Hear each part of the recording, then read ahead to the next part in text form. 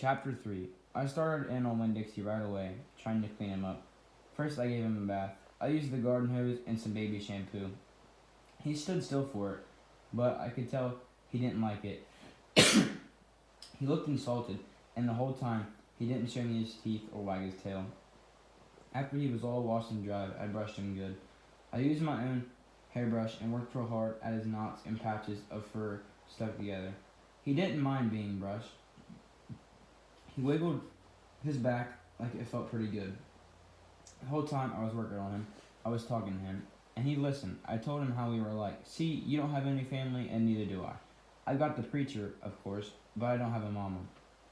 I mean, I have one, but I don't know where she is. She left when I was 3 years old. I can't hardly remember her at all, and I bet you don't remember your mama much either. So we're almost like orphans. Winn Dixie looked straight at me when I said that to him, like he was feeling relieved to finally have someone to understand his situation. I nodded my head at him and went on talking. I don't even have any friends because I had to leave them all behind when we moved here from Watley. Watley's up in North Florida. Have you ever been in North Florida? Winn Dixie looked down at the ground like he was trying to remember if he had. You know what? Ever since we moved here, I've been thinking about my mama extra hard. More than I ever did when I was in Watley. Winn Dixie twitched his ears and raised his eyebrows. I think the preacher still thinks about my mama all the time. He's still in love with her. I know that because I heard the ladies at the church in Watley talking about him. They said he's still hoping that she'll come back, but he doesn't tell me that. He won't talk to me about her at all. I want to know more about her, but I'm afraid to ask the preacher. I'm afraid he'll get mad at me. Winn Dixie looked at me hard, like he was trying to say something. What? I said. He stared at me. You think I should make the preacher tell me about her? Winn Dixie looked at me so hard he sneezed. I'll think about it, I said. When I was done working on him, Winn Dixie looked a whole lot better. He still had his bald spots, but the fur that he did have cleaned up nice. It was all shiny and soft. You could see his ribs, but I intended to feed him good, and that would take care of that. I couldn't do anything about his crooked yellow teeth because he got into a sneezing fit every time I started to brush them with my toothbrush, and I finally had to give up.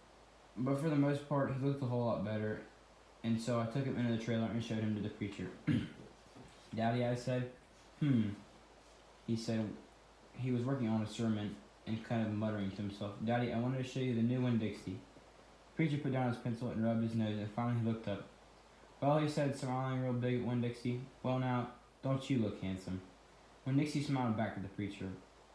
He went over and put his head on the preacher's lap. He smells nice too, said the preacher.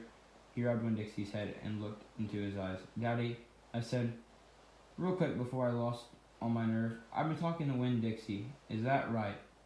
The preacher said. He scratched Winn Dixie's head. I've been talking to him, and he agreed with me that since I'm 10 years old, you should tell me 10 things about my mama. Just 10 things.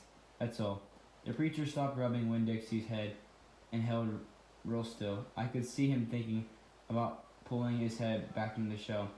One thing for each year I've been alive, I told him. Please. Winn Dixie looked at the preacher and kind of gave him a nudge with his nose. The preacher sighed. He said to Winn Dixie, I